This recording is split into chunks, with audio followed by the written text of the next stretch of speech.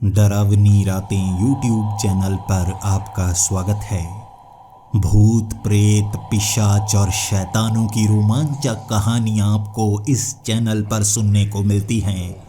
अगर आपको ऐसी ही वीडियोस देखना पसंद है तो हमारे इस चैनल को सब्सक्राइब करना ना भूलें। तो हेडफोन लगा लें, कमरे की लाइट्स ऑफ कर लें, क्योंकि ये वक्त हो रहा है डरने का।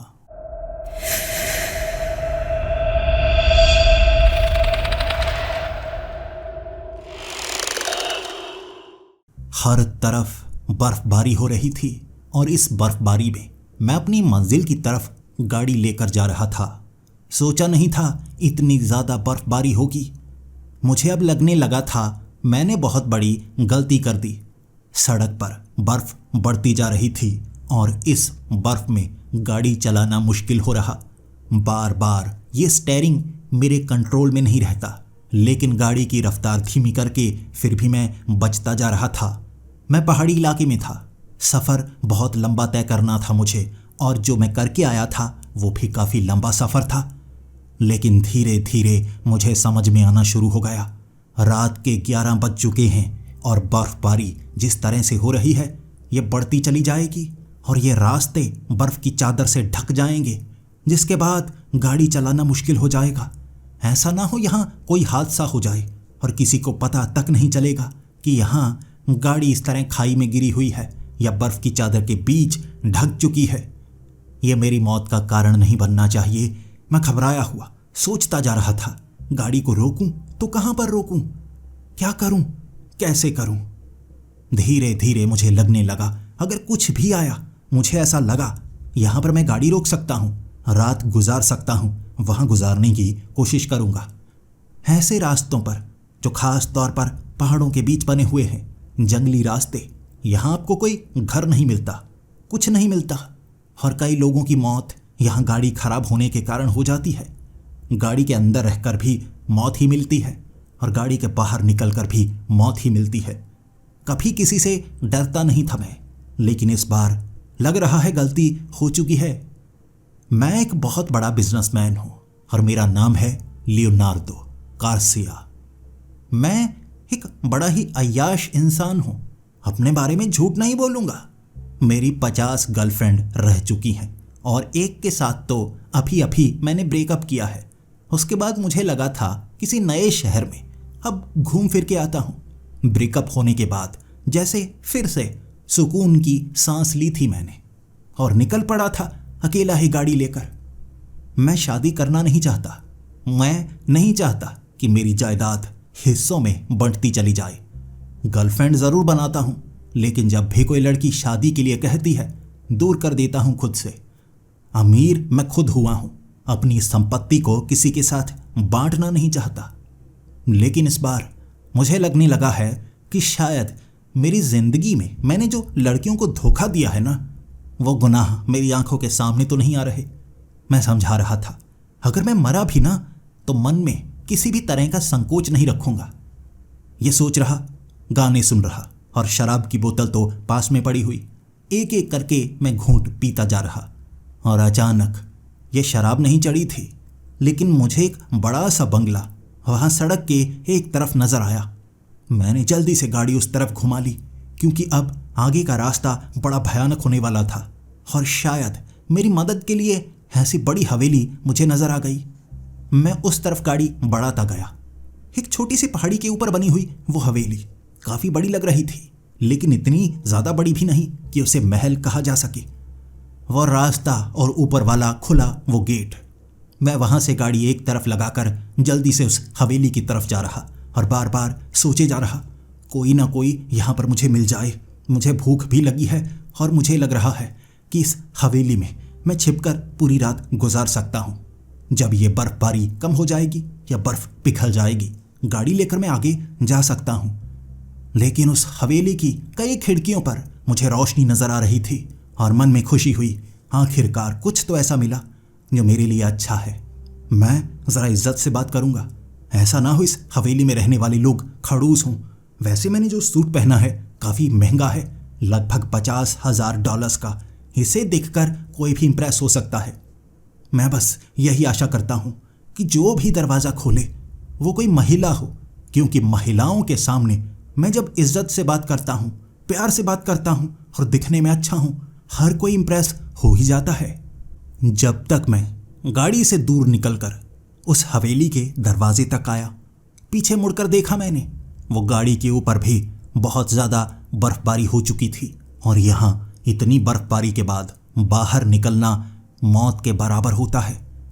ऊपर से कड़कती हुई बिजली डराती जा रही थी और मैंने उस हवेली के आगे लगी वो डोरबेल बजाई। 2-3 बार मैंने वो डोरबेल बजाई। अंदर से किसी महिला की आवाज़ आई और ऐसा लग रहा था जैसे इस दरवाजे को एक महिला ही खोलेगी। और जैसे ही इस दरवाजे को खोला गया, सामने एक खूबसूरत महिला थी, गर्भवती महिला। लेकिन मुझे देखकर कुछ घबराई और फिर घबराते घबराते पूछने लगी, आप कहाँ से आए हैं और इतनी बर्फबारी में? आप करीब के नहीं लगते, कहाँ से आए हैं आप? मैंने कहा, देखिए, मैं आपको डराना नहीं चाहता, मैं कोई परेशान करने के लिए नहीं आया हूँ। वो देखिए, मेरी गाड़ी यहाँ से गुजर रहा था और बर्फबारी अचानक बहुत तेज़ हो गई और देखिए किस तरह बर्फ़ की चादर चारों तरफ इन जंगलों को, इन पहाड़ों को घेरे हुए है। रास्ते खतरनाक हो चुके हैं। मुझे लगा मुझे आगे नहीं बढ़ना चाहिए।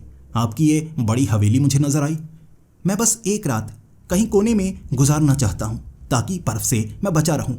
गाड़ी भी बहुत ज़्यादा ठंडी हो चुकी है और उसके अंदर बहुत ज़्यादा ठंडक होगी, तो मैं मरना नहीं चाहता। बस क्या इस हवेली के अंदर मैं एक रात बिता सकता हूँ? वो गर्भवती महिला पहले तो सोच रही थी, मेरी गाड़ी को देख रही जैसे उसे मुझ पर शक हो, लेकिन जब उसकी नज़र गाड़ी पर पड़ी, भले ही बर्फ़ ऊपर पड़ी हुई थी लेकिन पहचानी जा सकती थी। महंगी वाली मेरी ये गाड़ी मर्सिडीज़ ए क्लास। और उसे देखते ही वो महिला को लगा कि मैं कोई चोरू चक्का नहीं हूँ या कोई लुटेरा नहीं हूँ जो यहाँ पर इस बर्फबारी में घर के अंदर आकर कुछ ऐसा करेगा। तो उसके चेहरे पर जो शंका थी ना, वो मैंने धीरे धीरे कम होती हुई देखी और उसके बाद मुस्कुरा कर वो कहने लगी, जी आइए, आप अंदर आ सकते हैं, रात गुजार सकते हैं। वैसे भी बर्फबारी बहुत ज़्यादा हो रही है और यहाँ पर जब बर्फ़ होती है ना, बहुत ज़्यादा होती है, बाहर निकलना मुश्किल हो जाता है। हम भी ढेर सारा सामान अंदर ही रखते हैं। फिर वो महिला अंदर की तरफ आने लगी और कुछ समय दरवाज़ा खुला था तो कुछ बर्फ़ जो बाहर दरवाजे के करीब थी, अंदर कुछ गर्मी थी, वो बर्फ़ पिघली और वहाँ थोड़ी सी सीलन हो गई। थोड़ा फर्श गीला था जिस कारण उसका पैर ऐसा लगा जैसे फिसलने वाला हो और मैंने उस महिला का हाथ पकड़कर कहा, देखिए, ध्यान रखिए, आप गर्भवती हैं तो नीचे काफ़ी फिसलन हो चुकी है। ऐसा ना हो आप मेरी मदद करना चाहती हैं, आपके साथ कुछ बुरा हो। मुझे आपका ख्याल है, ध्यान से आगे की तरफ चलिए। पहले तो मुझे लगा ज़्यादातर जब मैं ऐसा कुछ करता हूँ ना, सामने मुझे गुस्से वाला चेहरा नज़र आता है, लेकिन फिर भी मैं कोशिश करता रहता हूँ। किसी लड़की को पटाना मेरे लिए कोई मुश्किल काम नहीं होता, लेकिन मेरे हाथ पकड़ते ही जैसे ही मैंने उसकी मदद की, उसके चेहरे पर एक मुस्कुराहट थी और तभी मुझे लगा ये इम्प्रेस तो हो चुकी है, शायद अब ज़्यादा मुश्किल नहीं होगी मुझे इस हवेली में। मैं उस हवेली के अंदर था। एक छोटा सा बैग मैं अंदर की तरफ लेकर आया था जिसमें मेरा खास सामान था। उसे मैंने टेबल पर रखा और तब मैंने देखा वहाँ 4-5 नौकर थे। एक किचन में काम करने वाली लड़की जिसकी उम्र कोई 17-18 साल होगी, कमज़ोर सी, पतली सी, सब्जियां काटने में लगी हुई थी। एक साफ सफाई वाला आदमी था, शायद एक कोने में बैठा हुआ, ज़मीन पर ही बैठा था, लेकिन साफ लग रहा शायद वो सफाई करने वाला ही है। इसी तरह घर के कई नौकर थे जो मुझे वहाँ घूमते फिरते नजर आए और शायद वो महिला इस हवेली की मालकिन थी। जिस तरह से बड़े आराम से चल रही और हर कोई उसके करीब आकर अपने सर को झुका लेता, इससे साफ हो जाता है मालिक कौन है और नौकर कौन है। फिर मैं उस हवेली में लगी कई तस्वीरें देखने लगा। वो महिला की कई तस्वीरें लगी हुई थी अलग अलग पोज में और मुझे हर एक तस्वीर बड़ी अच्छी लग रही थी, नई सी लग रही थी। उन तस्वीरों को मैं देखता रहा और बिना किसी को परेशान किए चुपचाप सोफे पर जाकर बैठ गया। फिर वो महिला भी मेरे सामने बैठी, कुछ बातें करने लगी, मेरे बारे में जाना और मैं बिल्कुल सच सच उसे बताता रहा कि मैं क्या करता हूँ, कहाँ से आया हूँ, किस काम के लिए किस शहर में जाने वाला था और कैसे मैंने ये गलती कर दी। वेदर रिपोर्ट देखी नहीं कि बर्फबारी इतनी ज़्यादा हो सकती है। मुझे लगा पहाड़ी इलाका जल्दी से निकल जाएगा, बर्फबारी बाद में होगी, लेकिन गणना करने में मुझसे गलती हो गई। ये बातें सुनकर अब उसे विश्वास हो गया था। फिर वो कहने लगी, अब रात का वक्त है, खाना कुछ ही समय में तैयार होने वाला है, तब तक मैं अपने बेडरूम में जाती हूँ, कुछ तैयार हो जाती हूँ। देखिए, माफ़ कीजिए, ये कपड़े मैंने सोने के लिए पहने थे, मुझे नहीं पता था कि कोई मेहमान आ जाएगा। अब मैं जाकर कुछ कपड़े बदल लेती हूँ। मैंने भी अपना सर हिलाया ताकि वो किसी तरह से परेशान ना हो और वो अपने बेडरूम की तरफ बढ़ गई। उसके बाद मुझे लगा इस हवेली के बारे में जानता हूँ, अब पूरी रात गुजारनी है और मुझे नींद नहीं आ रही थी। मैं दिन के वक्त सोता हूँ, रात के वक्त जागता हूँ और यहाँ वैसे भी मुझे रात को नींद नहीं आने वाली, तो क्या करूँ? मुझे लगा नौकरों से कुछ बात करने की कोशिश करता हूँ, इससे समय भी बीतता चला जाएगा। देखते हैं। मैं सीधे उस लड़की के करीब नहीं जाना चाहता था, क्योंकि ऐसे किसी लड़की के पास जाकर उससे बात करना सही नहीं माना जाता और ये इलाके में लड़कियों के लिए बहुत ज़्यादा झगड़े होते हैं। शायद मुझे किसी और के पास जाना होगा। फर्श पर बैठे हुए उस आदमी से मैं सीधा जाकर बात करने लगा। मैं पूछ रहा था, आप यहाँ क्या काम करते हैं? उसने कहा, मैं सफाई का काम करता हूँ, मैं पास के ही वो कस्बे से आया हूँ। सफ़र काफ़ी लंबा होता है, लेकिन यहाँ मैडम अच्छी तनख्वाह देती हैं। मैंने कहा, वो ठीक है, तो तुम सफाई का काम करते हो? क्या पूरी हवेली की सफाई का काम तुम ही करते हो? वो कहने लगा, नहीं नहीं सर, इतनी बड़ी हवेली की सफाई पूरी थोड़ी ना की जा सकती है। कई हिस्से हैं इसके जिसमें कोई जा नहीं सकता, वहाँ की सफाई नहीं करता मैं, और बाकी बची जगह की सफाई करता हूँ, जो कि काफ़ी कम होती है। जो दरवाजे बंद रहते हैं वहाँ सफाई करने की ज़रूरत नहीं पड़ती। तो कह सकते हैं ये 3 मंजिला बड़ी हवेली के नीचे वाले हिस्से की ही मैं सफाई करता हूँ। फिर मैं उससे काफ़ी समय बातें करता रहा।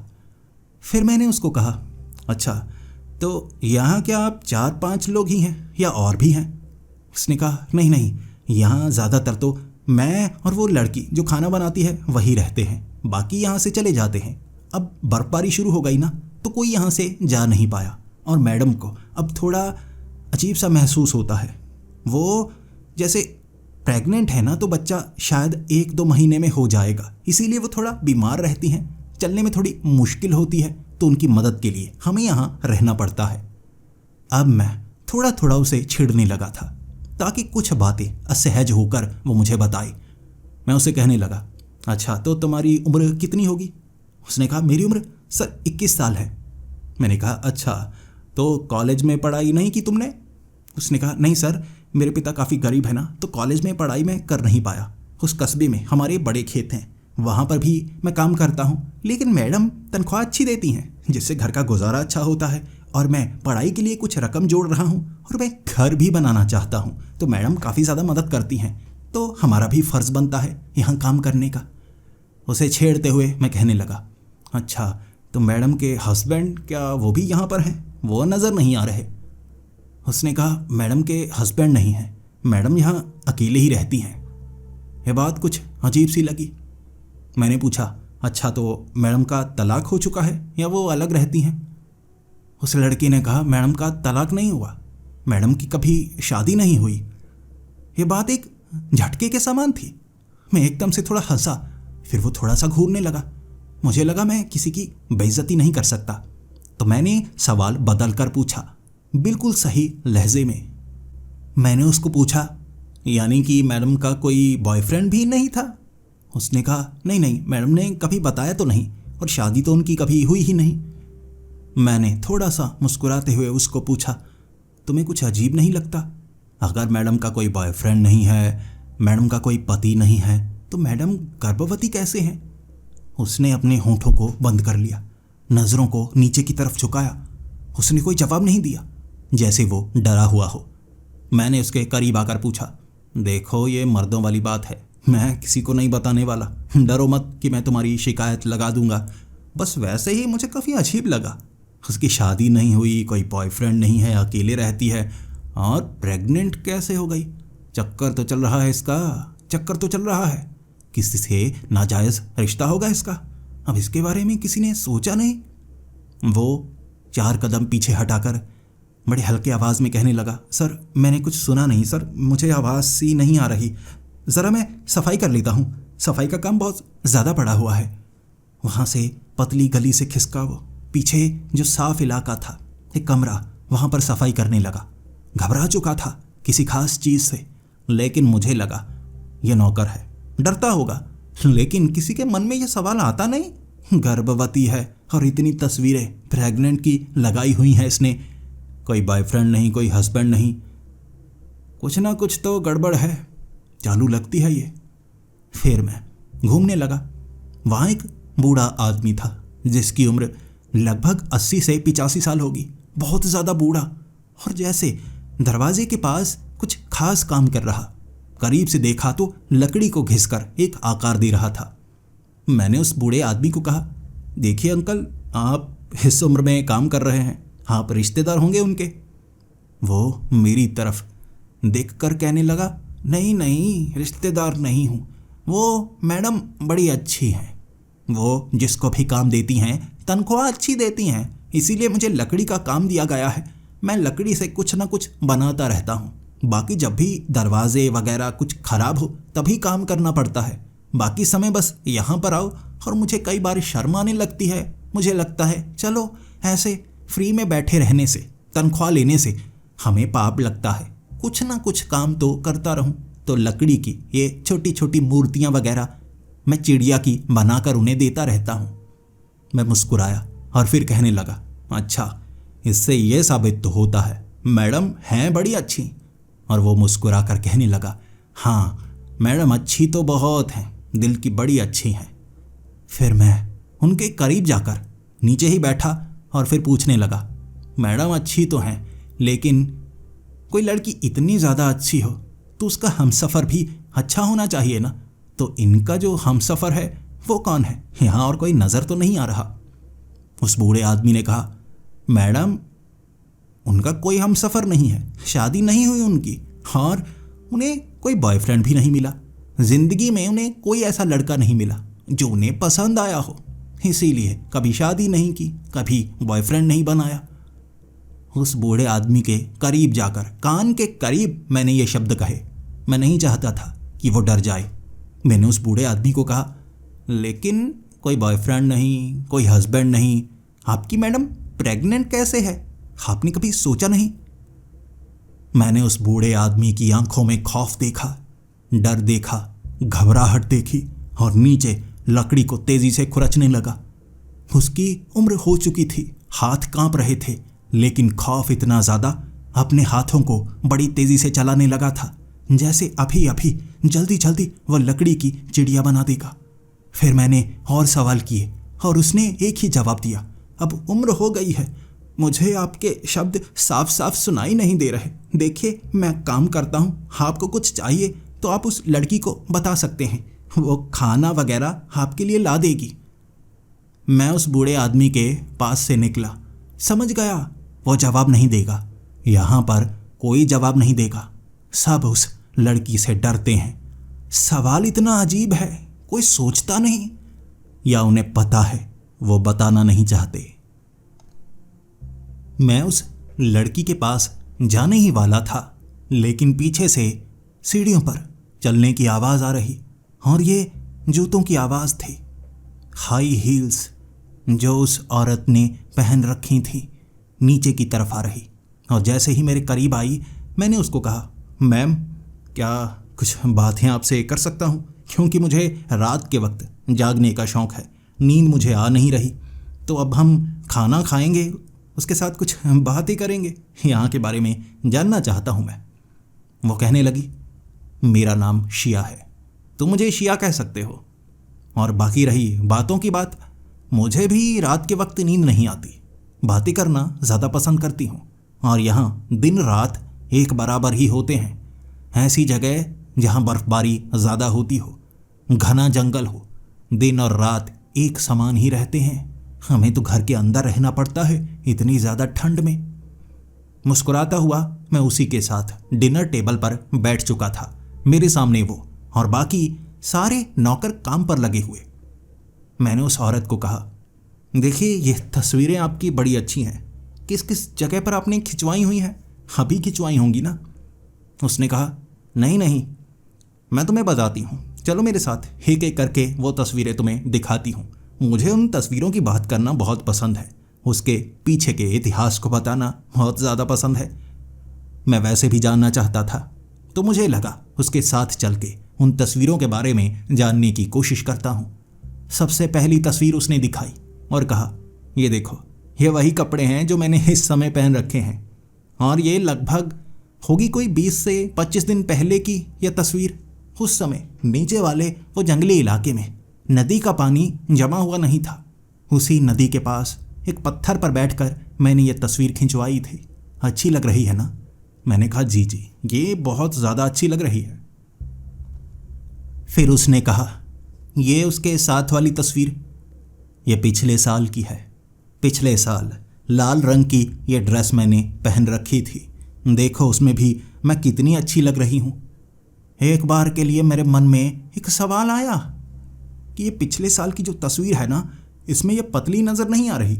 इसका पेट तो तब भी निकला हुआ था, जैसे उस समय भी ये प्रेग्नेंट थी, और वैसे भी उस तस्वीर में उसने बहुत ज़्यादा छोटे कपड़े पहने हुए थे।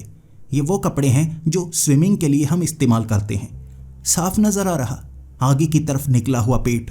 ये मोटापे के कारण निकला पेट नहीं था। एक गर्भवती औरत को पहचानना बड़ा आसान होता है, लेकिन जब पहले ये गर्भवती थी तो यहाँ कोई बच्चा तो नज़र नहीं आ रहा। और उसके बाद उस औरत ने बाकी की तस्वीरें दिखाईं। 2 साल पहले की, 2.5 साल पहले की, 5 साल पहले की, 10 साल पहले की। मैंने हर एक तस्वीर में एक खास चीज़ देखी कि हर तस्वीर में वो गर्भवती, हर तस्वीर में वो गर्भवती। और साफ देखने में लग रहा कि उसके जो बाल हैं ना, थोड़े काले थे, आंखें भी थोड़ी छोटी नज़र आ रही। कुछ तस्वीरें साफ थीं कि वो 5 साल या 10 साल पुरानी ही हैं, लेकिन हर समय ये गर्भवती। मैंने घबराते हुए उसको पूछा, देखिए, आप गर्भवती थीं उस समय, या ये पेट ऐसे ही निकला हुआ है? मुस्कुराते हुए, थोड़े शर्म से नज़रें झुकाते हुए उसने मेरी तरफ देखा और फिर कहा, नहीं नहीं, ऐसा कुछ नहीं है। तुम भी सोच रहे होगे कितनी ज़्यादा बार गर्भवती है, लेकिन ये कोई बीमारी नहीं है। पेट बाहर बच्चा होने के कारण ही निकलता है। तो मैं ये तस्वीर में जितनी भी है ना, मैं गर्भवती ही थी। देखो, मैं रोमांटिक थोड़ा ज़्यादा होती हूँ, तो तुम समझ सकते हो अब मुझे थोड़ी शर्म आ रही है। वो थोड़ी शर्माती हुई टेबल की तरफ चल कर जा रही थी, लेकिन मेरी नज़रें उन तस्वीरों पर गड़ी हुई थी। कुछ ऐसे सवाल जो मैं पूछना चाहता था, घबरा रहा था। नौकर जैसे डरे हुए थे ना, अब मुझे भी वैसा डर लग रहा। लगभग उसने मुझे 10 से 12 तस्वीरें दिखाई थी। हर एक तस्वीर में वो गर्भवती, और हर एक तस्वीर अलग साल की। अगर इतनी बार वो गर्भवती रही तो उसके बच्चे कहाँ हैं? फिर मैं उस टेबल पर आकर बैठा। बात को घुमाते हुए मैंने पूछा, तो आप यहाँ अकेले रहती हैं? क्या आपके कोई हस्बैंड, बॉयफ्रेंड कोई है? उसने मुस्कुराते हुए कहा, अभी तो कोई ज़िंदगी में मिला ही नहीं, और पति तो मैं उसी को बना सकती हूँ ना जो मुझे अच्छा लगे। जब कोई बॉयफ्रेंड ही नहीं बनाया तो पति किसी को कैसे बना सकती हूँ? उसके आगे का सवाल जो मैं पूछना चाहता था किसी और से तो पूछ सकता था, लेकिन एक महिला जो गर्भवती हो और वो बता रही हो कोई बॉयफ्रेंड नहीं है, कोई पति नहीं है, कैसे पूछूं? इतनी शर्म मेरी आंखों में भी थी, इसीलिए मैं वो सवाल पूछ नहीं पाया कि पति नहीं है, बॉयफ्रेंड नहीं है, तो गर्भवती तुम कैसे हुई? वो सवाल नहीं पूछा तो घुमाकर मैंने पूछा, देखें, उन तस्वीरों में आप इतनी बार गर्भवती रही, आपने कहा आप रोमांटिक ज़्यादा हो जाती हैं, तो बच्चे कहाँ हैं आपके? ये बात जैसे ही मैंने कही, उदास सी हो गई, नज़रें नीचे की तरफ झुकाईं, फिर गुस्से में ऊपर की तरफ देखा। उसके बाद जैसे कुछ याद करने लगी, आंखों में थोड़े थोड़े आंसू आए, फिर अचानक मुस्कुराने लगी, फिर गुस्से का भाव। मैंने जैसे 10 सेकंड के अंदर उसके अंदर कई भाव देखे। उसकी आंखों में बार बार मुझे ऐसा लग रहा था जैसे किसी भाव में ढलती है और अचानक उस भाव से बाहर निकलकर किसी और भावनाओं में बहने लगती है। और वो सवाल का जवाब उसने दिया ही नहीं। उतने में वो लड़की खाना लेकर आ गई। फिर वो औरत कहने लगी, अरे खाना तैयार है, देखिए खुशबू, कितनी अच्छी खुशबू आ रही है। और जब किसी सवाल पर सामने वाला जवाब ना दे या बहाने से उस सवाल से बचे तो शर्म के मारे या इज्जत के मारे आपको वो सवाल दूसरी बार नहीं पूछना चाहिए। किसी को आप इतना ज़्यादा असहज नहीं कर सकते। कुछ राज हर किसी के होते हैं, वो राज हर कोई पर्दे में छिपा कर रखना चाहता है और वो राज पर्दे में रहने चाहिए। इससे कुछ लोगों की इज्जत बची रहती है। मैंने दोबारा वो सवाल नहीं पूछा, लेकिन दिमाग में घूमे जा रहा, और जो चीज़ दिमाग में घूमने लगती है जवाब में ढूंढता हूँ, भले ही सामने वाले से पता लगे या ना लगे, कहीं और से पता तो लगाया जा सकता है ना। फिर मैंने उस औरत को कुछ असहज महसूस किया। मुझे लगा मुझे अच्छी बातें करनी चाहिए। बेवजह फालतू की बातें करके मैं उसे असहज नहीं कर सकता। कम से कम उसने मदद तो की है ना मेरी।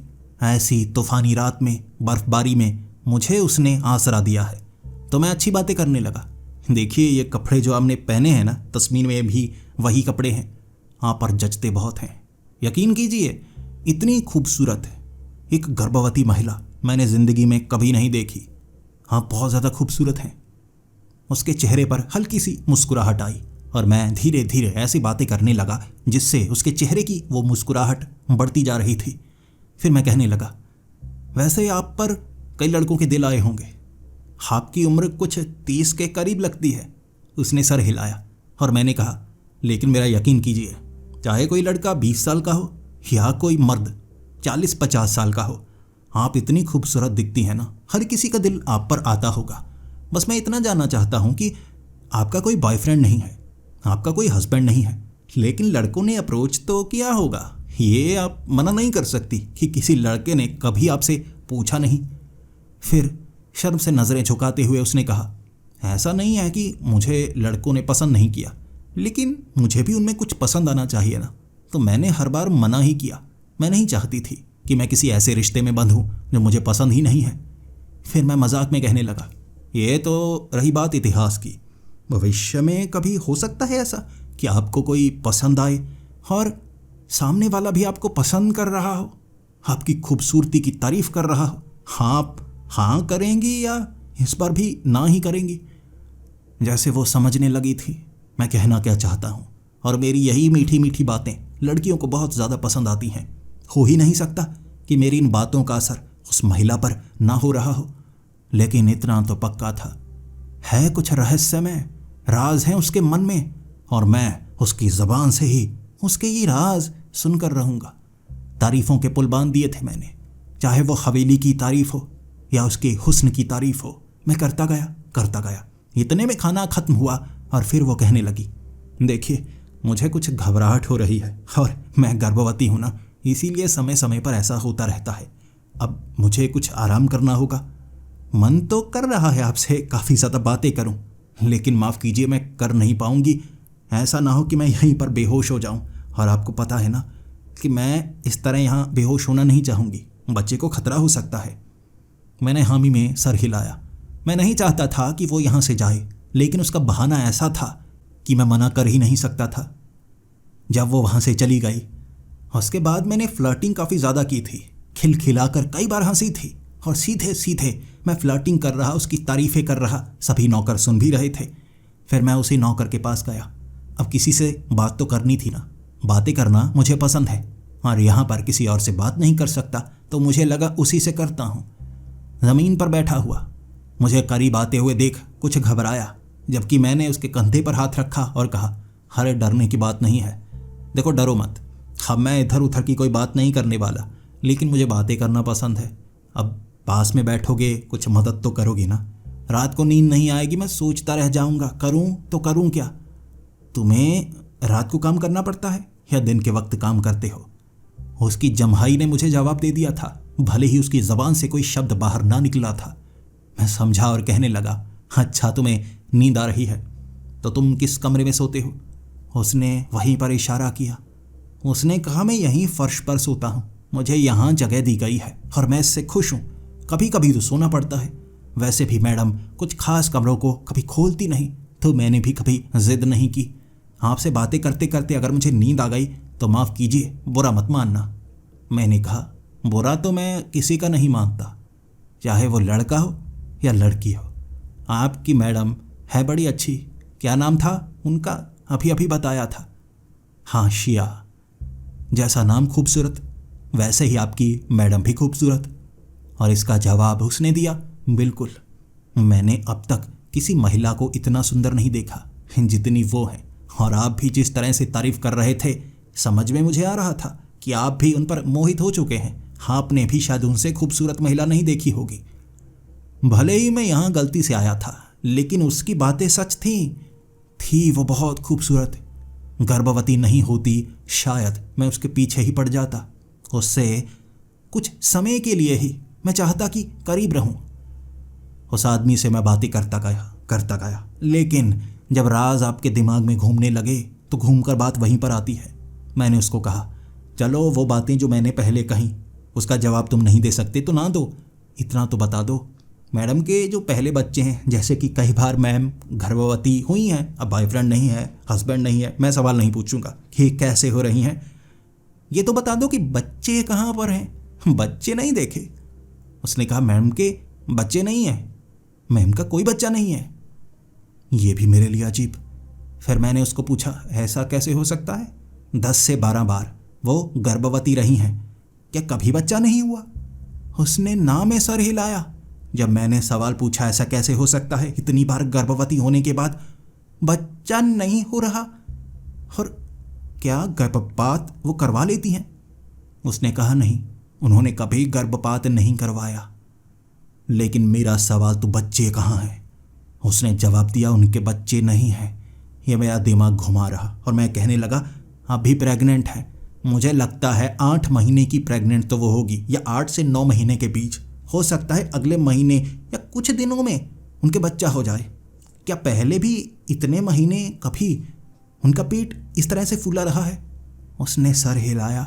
हाँ, मैंने कहा 8वें और 9वें महीने तक अगर पेट में बच्चा हो तो बच्चा पैदा होता है। गर्भपात तो कोई 3रे या 4थे महीने हो सकता है, लेकिन इस तरह 8वें 9वें महीने तक बच्चे का जन्म ज़रूर होता है। ऐसा कैसे हो सकता है कि उनका कोई बच्चा नहीं है?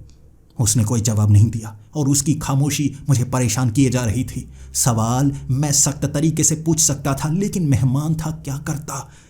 मुझे गुस्सा भी आ रहा, इसी के साथ असहज महसूस कर रहा। उठा मैं रुक नहीं सकता था, मैं पागल हो सकता था। इसीलिए मैंने कहा, अब क्या यहाँ मैं भी इसी तरह फर्श पर सोऊंगा? अब इतनी मेहरबानी तो कीजिए, कोई बेड, कोई सोफ़ा कुछ तो दीजिए ताकि मैं रात गुजार पाऊँ। सोऊंगा नहीं, लेकिन आराम तो मुझे करना पसंद है ना, कुछ थक गया हूँ ड्राइविंग करके।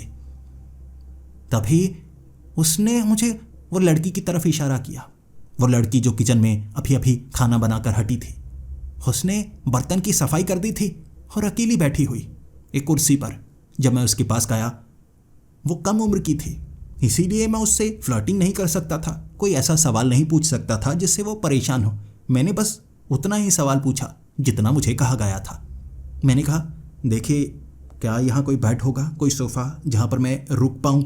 आप जानकारी दे सकती हैं। मैंने उनसे पूछा, उन्होंने आपकी तरफ इशारा किया। वो लड़की उठी, बिना बोले आगे की तरफ बढ़ने लगी। कोई शब्द नहीं कहा उसने, और अब तक उसकी ज़बान से कोई शब्द सुना तक नहीं था मैंने। फिर उसने मुझे एक बेड दिखाया, एक कमरे के अंदर। बाकी कमरा पूरी तरह से खाली था। वहाँ बेड पर जैसे ही मैं बैठा, मैंने उस लड़की को कहा, देखिए, बस एक छोटा सा सवाल करूँगा, चाहे आप जवाब देना चाहें या ना चाहें, बस मैं सवाल करूँगा, आप कोशिश कीजिए। मैं बस ये जानना चाहता हूँ कि जो शिया मैम है ना, वो प्रेग्नेंट तो बहुत होती हैं, उनके कभी बच्चा नहीं होता। बस ये जानना है कि बच्चा नहीं होता तो क्यों नहीं होता? अगर होता है तो बच्चा कहाँ चला जाता है? कोई जवाब नहीं देता। कुछ तो बताइए, कुछ तो बताइए। वो लड़की जैसे बोल नहीं सकती थी। उसने अपने मुंह की तरफ इशारा किया, फिर उंगली हिलाकर कहा कि मैं बोल नहीं सकती। मैं समझ गया। मैंने कहा, चलो इशारों में कोई जवाब दे दो। उसने नीचे की तरफ उंगली की, फर्श की तरफ, नीचे कहने लगी। मैंने कहा, नीचे मैं समझ नहीं पा रहा, नीचे क्या है? उसने इशारा किया नीचे की तरफ फिर से, और बाद में कहने लगी, ऊपर, नीचे, और उंगलियां ऐसे कर रही जैसे सीढ़ी चढ़ने का इशारा हो। सीढ़ियाँ? मैंने कहा, हाँ, सीढ़ियाँ। उसने सीढ़ियों के पीछे जाने का इशारा किया और फिर कहा, नीचे। मैं समझ नहीं पाया। फिर मैं सोचता रह गया। वो आगे की तरफ बढ़ नहीं रही, बाहर की तरफ चली गई और मैंने देखा जैसे वो ऊपर गई, खास कमरों की तरफ। शायद उसके रुकने का इंतज़ाम होगा यहाँ। जैसे वो बूढ़ा आदमी भी अब वहाँ पर मौजूद नहीं। बिल्कुल ये हवेली खाली हो गई थी। शायद आज की रात वो और कुछ नहीं करेंगे। लेकिन मैं सोचता रह गया और मुझे जो जानकारी मिली थी उसके आधार पर कुछ पता तो लगा सकता था। सीढ़ियों के पीछे नीचे तहखाना। हाँ, तहखाना। अरे यार, ये शब्द मेरे मुंह पर क्यों नहीं आया? सोचा क्यों नहीं? अगर वो नीचे कह रही है तो नीचे कमरे होंगे और उसके कोई बच्चा नहीं होता। इसका क्या मतलब है? क्या मुझे जाकर देखना होगा? यहाँ कोई गड़बड़ ना हो। ऐसी हवेलियों की कहानियाँ सुनी है मैंने जहाँ खूनी वूनी रहते हैं, मार वार ना दे सिर्फ एक सवाल के लिए। लेकिन फिर भी पुरानी सी हवेली है, कैमरे नहीं लगे। छिप कर जाऊंगा, किसी को पता ही नहीं लगेगा। मैं सीढ़ियों के पास गया, वैसे ही घूमने की एक्टिंग करने लगा। मैं नंगे पाँव था, चलता जा रहा और वैसे भी अंदर गर्मी थी, इसी कारण ठंड नहीं लग रही। वहाँ पर चिमनी चल रही थी और हर तरफ गर्मी थी। चलते चलते सीढ़ियों के पास 2-3 बार गया और एक बार मेरी नज़र पड़ी। सीढ़ियों के पीछे नीचे जाने वाली सीढ़ियाँ थीं, कोई दरवाज़ा नहीं और बिल्कुल पीछे छिपाई गई। यानी नीचे तहखाना है तो मुझे देख कर आना होगा। और सीढ़ियों पर जैसी रोशनी पड़ रही थी ये साफ था, नीचे जो है ना वहाँ रोशनी जल रही है। तो पता करता हूँ आखिर क्या है नीचे। अगर नीचे कोई नौकर हुआ तो कह दूंगा, अरे मैं तो वैसे देखने के लिए आ गया, पीछा कर रहा था। बहाने सोच रखे थे मैंने और राज का पता लगाना था मुझे। धीरे धीरे चलता हुआ बिना आवाज़ किए सीढ़ियों से नीचे उतरा और मुझे पता लगा ये कोई साधारण तहखाना नहीं था। बड़ी साफ सफाई वाला एक बड़ा कमरा जहाँ दरवाजे लगे हुए, शायद ये एक गलियारा था और कई कमरे बने हुए। और जो खास बड़ा गलियारा, वहाँ बड़े बड़े शेल्फ लगे हुए जहाँ रखे हुए कई मर्तबान, कई बड़े बड़े डिब्बे और ज़्यादातर जैसे दवाइयों की कई छोटी छोटी डिब्बियाँ भी रखी हुई थी। ऐसा लग रहा था ये कोई डिस्पेंसरी हो। लेकिन नीचे क्यों बनाई गई है? वहाँ मैं देखता चला गया। हर तरह की डॉक्टरी का सामान पड़ा हुआ था। एक बड़ी मशीन, एक्सरे मशीन, सब कुछ था वहाँ। हो सकता है ये कोई डॉक्टर हो, इसीलिए यहाँ पर उसने कोई क्लिनिक बनाने की कोशिश की हो, या बहुत ज़्यादा अमीर हो, अपने लिए ये सब बनाया हो। मैं भी एक बड़ा बिजनेसमैन हूँ और जानता हूँ मेरे कई साथी, कई दोस्त बिल्कुल पागल हैं। अमीर बिल्कुल सनकी होते हैं, जिस चीज़ का शौक़ हो उनके पास इतने रुपए होते हैं, वो शौक़ पूरा करते हैं और फ़र्क कोई नहीं पड़ता। हो सकता है इसके साथ भी वैसा ही हो। लेकिन हवेली बड़ी है, चीज़ें महंगी हैं, इतना तो लग रहा है ये अमीर। फिर कुछ अलग बातें मेरे दिमाग में आती गई। देखता गया मैं, वहाँ एक ऑपरेशन रूम भी था, बिल्कुल साफ़ सुथरा, बेड भी पूरी तरह से साफ़ और कई सामान रखे गए थे। ऐसा लग रहा जैसे डिलीवरी के लिए यहाँ पर ये कमरा बनाया गया हो। मैं हैरान और परेशान था, लेकिन फिर भी मुझे लगा यहाँ कोई ऐसी चीज़ तो नज़र आई नहीं जो मुझे बुरी लगी हो। ये तो साधारण चीज़ें हैं ना। ये पूरे कमरे जैसे एक हॉस्पिटल के समान थे, लेकिन एक कमरा बहुत ज़्यादा अजीब। जैसे ही मैंने उस कमरे को देखा, एक बड़ा कमरा, वहाँ लाल रंग की, जैसे गुलाबी रंग की हल्की हल्की वो दीवारें, बीच में वो बेड और बेड के ऊपर रोमांटिक फूल लगाए गए, जैसे दुपट्टे लगाए गए। लाइटिंग ऐसी थी कि खूबसूरती बयां हो रही और ऊपर सुनहरी रंग की कारीगरी की गई। एक तरफ लगाई गई पेंटिंग्स बिना कपड़ों की, कुछ लड़कियों की। ये कोई हॉस्पिटल का कमरा नहीं लगता, ये तो किसी का कोई प्राइवेट कमरा लगता है। ऐसा लगता है, ये कहती है ना ये रोमांटिक बहुत ज़्यादा होती है, मुझे लगता है यहाँ पर अपने बॉयफ्रेंड के साथ ये छिप कर आती होगी। मेरे दिमाग में कई ख्याल आते जा रहे थे और इतना भी पता लग रहा, ये जगह काफ़ी अजीब है, ये औरत काफ़ी अजीब है। चलो कोई बात नहीं, मुझे क्या करना। मैं सीढ़ियों से चढ़कर ऊपर आ चुका था और जैसे ही मैं ऊपर आया सभी नौकर अपनी जगह पर थे।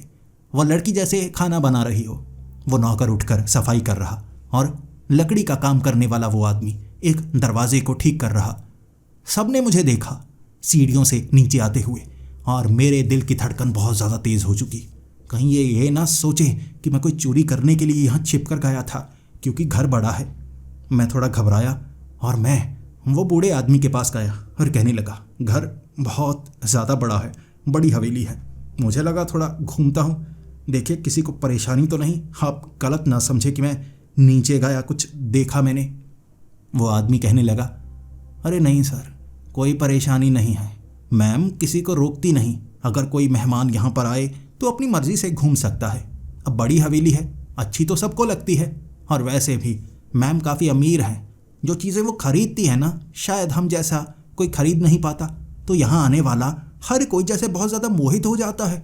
और कई बार ऐसे घूमते हुए कई लोग और भी मिले हैं हमें। तो आप डरिए मत कि आप नीचे गए थे और हमें लगेगा कुछ चोरी करने के लिए आप गए हैं। आप अच्छे घर के लगते हैं। उस आदमी ने मेरा डर खत्म कर दिया। फिर मैंने उस नौकर को कहा, तो मैं बाकी कमरे देख सकता हूँ, क्योंकि मुझे ये हवेली पसंद बहुत ज़्यादा आई है और मुझे लगता है कि इससे मुझे आइडिया मिल सकते हैं। अब नीचे मैंने वो बेडरूम भी देखा, मुझे तो काफ़ी अच्छा लगा। आपकी जो मैम है काफ़ी रंगीन मिजाज लगती हैं। वो मुस्कुराया, जवाब नहीं दिया। उसकी मुस्कुराहट ही मेरे लिए जवाब थी। उसके बाद ये बात वो लड़की भी सुन रही थी, हल्की हल्की आवाज़ में जैसे मुस्कुरा रही, हंस रही, लेकिन शर्म के मारे नज़रें भी झुका रखी। फिर मैं आगे की तरफ बढ़ा और इतने में शिया नीचे की तरफ आ रही थी। मुझे देखकर जैसे वो थोड़ी खिलखिलाई और कहने लगी, मुझे लगा था आप मजाक कर रहे हैं कि रात को आप जागते हैं, लेकिन आप तो सच में जागे हुए हैं। कमाल की बात है, रात को ज़्यादातर लोग सोते हैं, यहाँ तो अब कुछ होता नहीं तो हम जागते हैं, लेकिन आप भी बड़े अच्छे तरीके से जाग रहे हैं। आंखों में ज़रा भी नींद महसूस नहीं हो रही।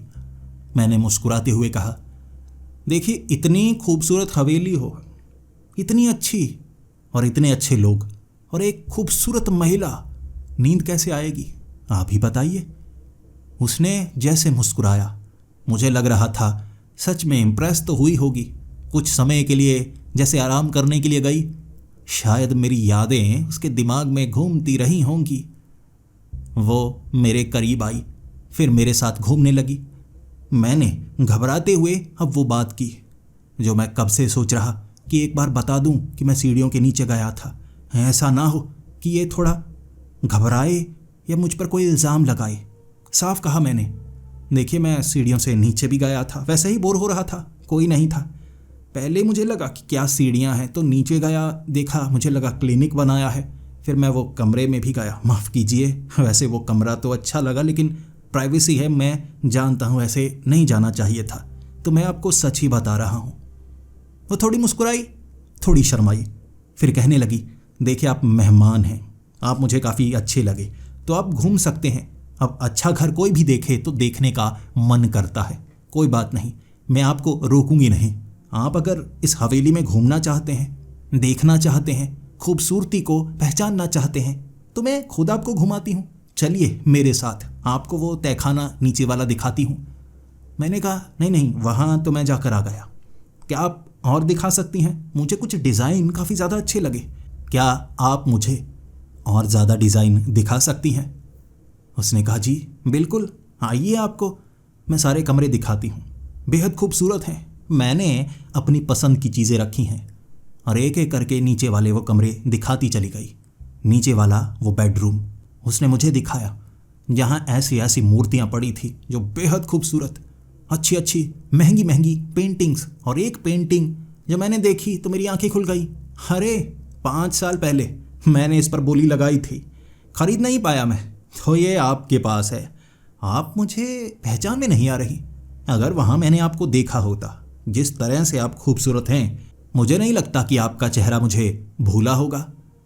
फिर वो कहने लगी, नहीं नहीं, ये पेंटिंग मैंने किसी और से खरीदी है, शायद जिसने वहाँ बोली लगाकर खरीदी होगी। मैंने उसको ज़्यादा कीमत दी तो उसके घर से मुझे पसंद आई, तो मैंने यहाँ पर रखी। फिर इस तरह बातें चलने लगी। वो मुझे अलग अलग कमरे दिखाती गई। फिर ऊपर वाले कमरे शुरू हुए। सबसे पहले उसका बेडरूम, और उसका जो ऊपर वाला बेडरूम था बिल्कुल नीचे वाले बेडरूम की तरह खूबसूरत लाल रंग का इस्तेमाल किया, बीच बीच में जैसे हरे रंग का इस्तेमाल, और छत पर ऐसी कलाकारी बिल्कुल सुनहरी। उसका जो बेड था वो भी जैसे सोने की परत से चढ़ा हुआ, गद्दे बेहद नरम थे, महंगी महंगी चीज़ें, और वहाँ एक छोटा सा पानी वाला वो झरना। उसने मुझे बाथरूम भी दिखाया। अमूमन कोई भी अपने बेडरूम का बाथरूम नहीं दिखाता, कुछ ऐसी चीज़ें होती हैं जो कोई और ना देखे तो सही होता है, लेकिन उसने मुझे वो बाथरूम भी बड़ी खुशी से दिखाया। बड़ा अच्छा, किसी का ये पत्थर वाला बाथरूम नहीं देखा था। बड़ा, ऊपर जैसे पेड़ की नक्काशी की हुई, कई ऐसे इंडोर प्लांट्स वहाँ रखे हुए, और एक तरफ जो शावर था वो कोई स्टील वाली किसी पाइप से नहीं निकल रहा, बल्कि एक पत्थर के बीच छेद हुए थे। ऐसा लग रहा जैसे झरने के नीचे आप नहा रहे हों, और एक कमरे के समान एक बड़ा बाथरूम था। फिर मुझे उसने और कमरे दिखाने शुरू किए, और मैं उसके साथ फ्लर्ट करता जा रहा था। पता नहीं क्यों वो इतनी ज़्यादा खूबसूरत थी, या उसका वो परफ्यूम मेरे दिमाग पर असर करता जा रहा था, और मैं जैसे उसे पसंद करने लगा था। खूबसूरती से दूर नहीं रह सकता। बताया ना, 50 गर्लफ्रेंड रह चुकी हैं। जब भी मुझे कोई खूबसूरत लड़की नज़र आती है, जैसे दिल दे बैठता हूँ मैं, बाकी सामने वाली पर, वो मुझे पसंद करे या ना करे। यहाँ पर भी जैसे वो मुझे पसंद सी आ गई थी। भले ही मैं जानता था यहाँ से जल्दी चला जाऊँगा, लेकिन कुछ पल उसके साथ बिता तो सकता हूँ, यही तमन्ना थी मेरी। मैं उससे बातें करता रहा, और फिर जैसे वो मुस्कुराती हुई जवाब देने लगी, और उसकी ज़बान से अपने लिए तारीफ़ सुनी मैंने। कहने लगी, आप अच्छे दिखते हैं, वैसे आपका नाम भी मुझे काफ़ी ज़्यादा पसंद आया। अगर आप पहले मिले होते तो मेरे बहुत अच्छे दोस्त होते। पता नहीं मैं कैसे बताऊं, लेकिन आपकी बातें काफ़ी अच्छी लगी मुझे। लगने लगा मुझे ये तो चांस बन रहा है। और उसके बाद उसने मुझे वो कमरा दिखाया जहाँ कोई नहीं आता था। वहाँ कोई नौकर भी सफाई करने के लिए नहीं आता था, कुछ मिट्टी थी वहाँ पर। लेकिन उस कमरे में उसने जब लाइट जलाई, उसकी वहाँ तस्वीरें लगी हुई, गर्भवती की वो तस्वीरें, लेकिन बिना कपड़ों के। एक पल के लिए मैं थोड़ा सा शर्माया, झटका लगा, आप गलती से कोई और कमरे में तो नहीं ले आई? वो कहने लगी, नहीं, आप बातें अच्छी करते हैं, मैं आपको दोस्त मान रही हूँ। मुझे लगा इस कमरे में आप आ सकते हैं, बाकी किसी नौकर को तुम्हें आने नहीं दे सकती। उसकी बिना कपड़ों वाली वो तस्वीरें बेहद सुंदर थी, वो बेहद सुंदर। लेकिन मैंने उसको खुद को प्यार से घूरते हुए देखा, और तब मुझे ऐसा लगा मेरे प्यार में गिर गई। फिर मैंने भी प्यार से उसको वो पूछा, देखिए आपका जो नीचे वाला कमरा है। मैंने जब वो देखा मुझे लगा आप रंगीन मिजाज तो हैं, लेकिन किसी को बताती नहीं, आपका कोई बॉयफ्रेंड नहीं, आपका कोई पति नहीं, तो ये बच्चा जो आपके पेट में है, सच बताइए, क्या मैं ये सवाल पूछ सकता हूँ? अगर आपने दोस्त माना है तो आप जवाब दे सकती हैं। फिर वह मुस्कुराई और कहने लगी, जवाब तो मैं आपको दूंगी। आपको पता होना चाहिए कि मेरा कोई बॉयफ्रेंड नहीं है, कोई पति नहीं है, तो मेरे पेट में ये बच्चा आया कैसे होगा? आपको मैं जवाब दे सकती हूँ। चलिए मेरे साथ, आपको तहखाना दोबारा दिखाती हूँ अपने अंदाज में। और तब उसके पीछे पीछे मुझे बहुत खुशी थी। मुझे लगा आज की रात साधारण रात नहीं होगी, इतनी खूबसूरत लड़की गर्भवती है। लेकिन फर्क नहीं पड़ता। सीढ़ियों से जब नीचे लेकर गई, सभी के सभी नौकर घूर रहे थे। जान गया अब मैं कि यह गर्भवती कैसे होती है। बॉयफ्रेंड नहीं, पति नहीं, लेकिन कोई ना कोई मेरे जैसा यहाँ से गुजरता होगा, ऐसी मुसीबत में, ऐसी तूफानी रात में यहाँ आता होगा। सारा दूध का दूध, पानी का पानी होने लगा था। बस एक सवाल रह गया, पेट में बच्चा होता है तो बच्चा जाता कहाँ है? फिर वो नीचे लेकर गई। मैं पूछता रहा कि यहाँ पर ये डिस्पेंसरी की तरह, बिल्कुल एक अस्पताल की तरह सारी मशीनें रखी हुई हैं, क्या इनका आप इस्तेमाल करती हैं? क्या आप एक डॉक्टर हैं? उसने कहा, नहीं, डॉक्टर तो नहीं हूँ, कोई डिग्री नहीं है, लेकिन मुझे आता सब कुछ है। इस तरह से डॉक्टर तुम मान सकते हो, बाकी मेरा शौक, आओ तुम्हें वो कमरा दिखाती हूँ। मुझे बस तुम्हें वो रंगीन कमरा दिखाना है और बताना है कि उसका इस्तेमाल मैं क्या करती हूँ। मेरी आंखों में सपने चमकने लगे। भाड़ में जाए बच्चे का क्या होता है, बस जो कह रही है चलता हूँ उसके पीछे पीछे।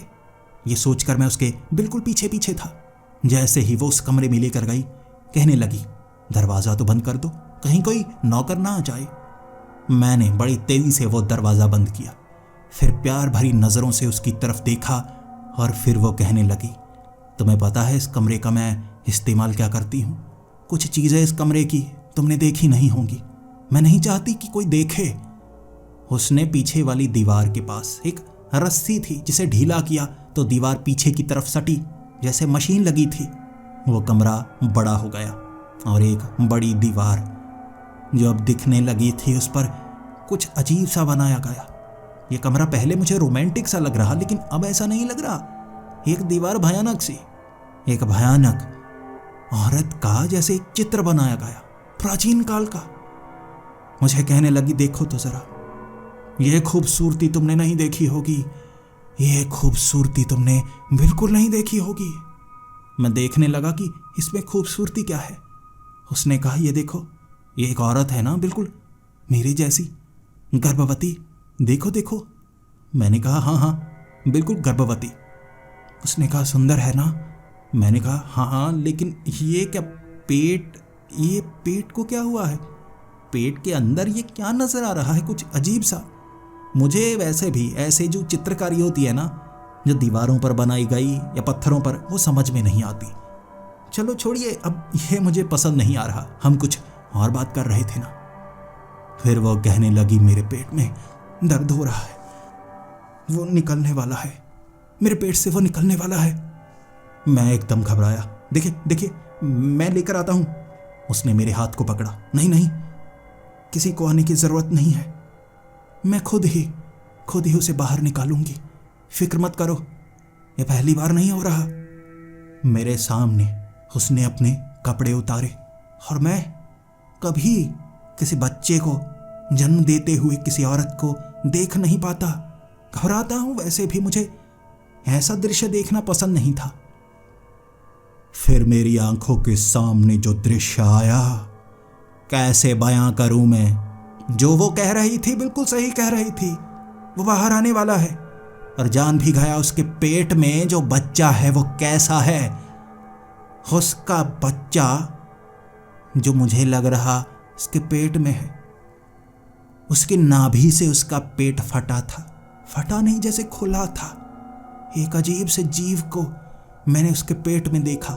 पेट 4 हिस्सों में खुला और उसके पेट से नीचे कुछ हड्डियां गिरी थी, एक सर, खोपड़ी और उस पर कुछ बाल और गला हुआ वो चेहरा। हाथ पांव फूलने लगे मेरे। उसके पेट में कोई बच्चा नहीं था, एक इंसानी सर था, इंसानी सर। और फिर पूरी तरह से नग्न अवस्था में वो औरत अपना आकार बड़ा करने लगी। उसका भयानक चेहरा बन गया था, उसकी हंसी और लाल आंखें। बिना कपड़ों के औरतें मैंने पहले भी देखी हैं, लेकिन ऐसा दृश्य जो रूह कंपाने वाला हो। मेरी हालत बहुत बुरी थी। दरवाजा खोलना चाहता था और उसने अपनी बाजुओं से मुझे पकड़ा, बड़ी तेजी से पकड़ा, मुझे अपने पेट के पास लेकर आई। उसका जो पेट खुला था, फटा नहीं था, खुला था। जैसे हमारा मुंह खुलता है ना, वैसे उसका पेट खुला था, बड़ा सा। उसके बीच बहुत सारे दांत नजर आए थे मुझे, उसके पेट में दांत। और मेरी बाजुओं को मेरी पीठ से सटा डाला। हड्डियों के चटकने की आवाज आई और मैं चीखा था। दर्द बहुत ज्यादा हुआ। और फिर मेरे सर को अपने पेट के अंदर लेकर गई और फिर उसने मुंह को बंद कर लिया। लियोनार्डो के साथ क्या हुआ कभी किसी को नहीं पता। सब बस यही जानते हैं कि अपने घर से वो गाड़ी लेकर निकला था। वो पहाड़ी इलाकों में उसकी गाड़ी एक खाई के नीचे गिरी हुई मिली, लेकिन कभी लियोनार्डो का वो शरीर नहीं मिला, कोई ढूंढ नहीं पाया। पुलिस वालों का मानना है कि लियोनार्डो वहां एक्सीडेंट होने के कारण गाड़ी खाई में गिरी और उसकी जो लाश होगी वो पानी में बह गई होगी। शायद कहीं ना कहीं वो चली गई होगी, जानवरों ने खाई होगी, या शायद ऐसी जगह होगी जहां ढूंढा नहीं जा सकता। वो इलाका बहुत विशाल है, वो जंगल बहुत विशाल है। शायद बेचारे लियोनार्डो के साथ कुछ बुरा हुआ, लेकिन एक बात अच्छी है, उसकी मौत साधारण हुई होगी, ज़्यादा बुरी नहीं। मेरा नाम इंस्पेक्टर जॉन है और मैं इस केस को बंद करने वाला हूँ। बेचारे के साथ कुछ बुरा हुआ, बस एक्सीडेंट हुआ, कुछ ज़्यादा भयानक तो नहीं हुआ होगा जो कहानियाँ सुनाई जाती हैं उन जंगलों में, उन इलाकों में। पता नहीं सच्ची हैं या नहीं। कहते हैं वहाँ पर ऐसी शक्तिशाली जादूगरनियाँ रहती हैं जो इंसानों के सरों को खा जाती हैं। मैं यकीन नहीं करता ये कहानियाँ झूठी हैं और इस केस को मैं बंद कर रहा हूँ। साधारण केस है, शायद ही इसमें आपको कुछ डरावना मिले। आपको कुछ डरावना सुनाई तो नहीं दिया ना? आप गवाह तो नहीं बनना चाहते?